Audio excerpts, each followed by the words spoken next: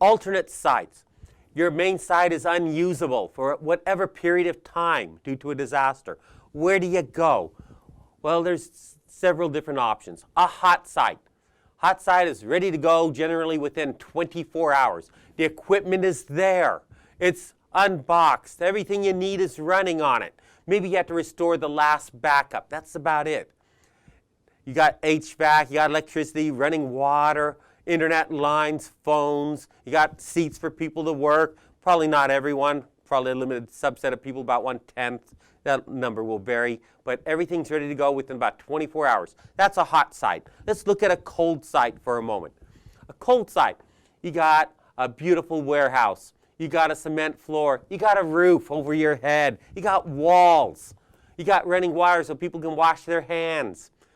Hopefully you have an internet connection, not necessarily there. Hopefully you have the HVAC, not necessarily there. And that's all you have there. You don't have equipment. You have nothing. A cold site is meant to be brought up within about 30 days. I don't know too many organizations that can run 30 days or last 30 days without operation. Usually it means failure. But cold sites are real, but nothing's there. You bring it up in 30 days. Hopefully it's not a regional disaster. It just affected you. Because if it's a regional disaster, Dell, HP, and everyone else out there, they're going to be too busy supplying stuff to other companies that you're not going to be getting it. Cold sites are dangerous. They're very low cost, but they have a very low chance of success. That hot site, very expensive, but high degree of success. Now, what's between hot and cold? Last time I checked, that's warm. That usually feels pretty comfortable. I don't like jumping into a hot pool. You scald yourself. Don't like jumping into a cold one. You freeze. A warm site, reasonably comfortable.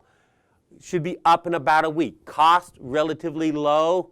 Chance of success, relatively high. Not perfect. The equipment's there. It may or may not be unboxed. May or may not be configured. It'll take you a few days to bring things up. Reasonably good chance of success. Warm sites, fiscally responsible while giving you the greatest chance of recovery without an extreme cost applied. So, they're nice. Duplicate or mirror sites, a fully functional site doing everything that the main site does.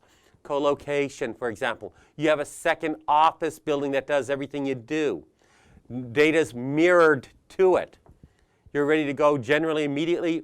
It may be happening instantaneous. Everything is just automatically mirrored there. Very high cost, but the costs are offset because production generally already is occurring at them.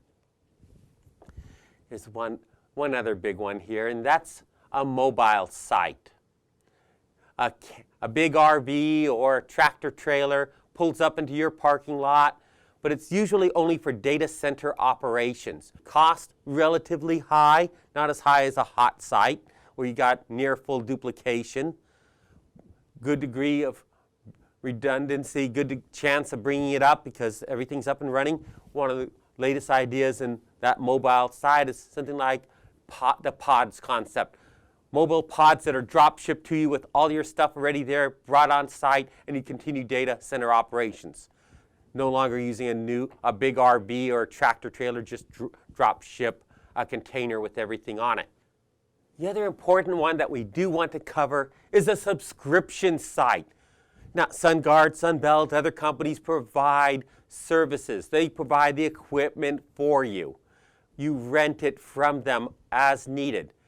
Now, subscription sites are a little more dicey in the sense that you've got to work with what they have. And if it's a regional disaster, maybe they've oversubscribed that site, and you've got to compete for it against someone else. You can't have that one. Someone else already grabbed it, so they move you to another site. Same equipment's there, but less convenient for you. But it is an option. Someone else is managing your disaster recovery there.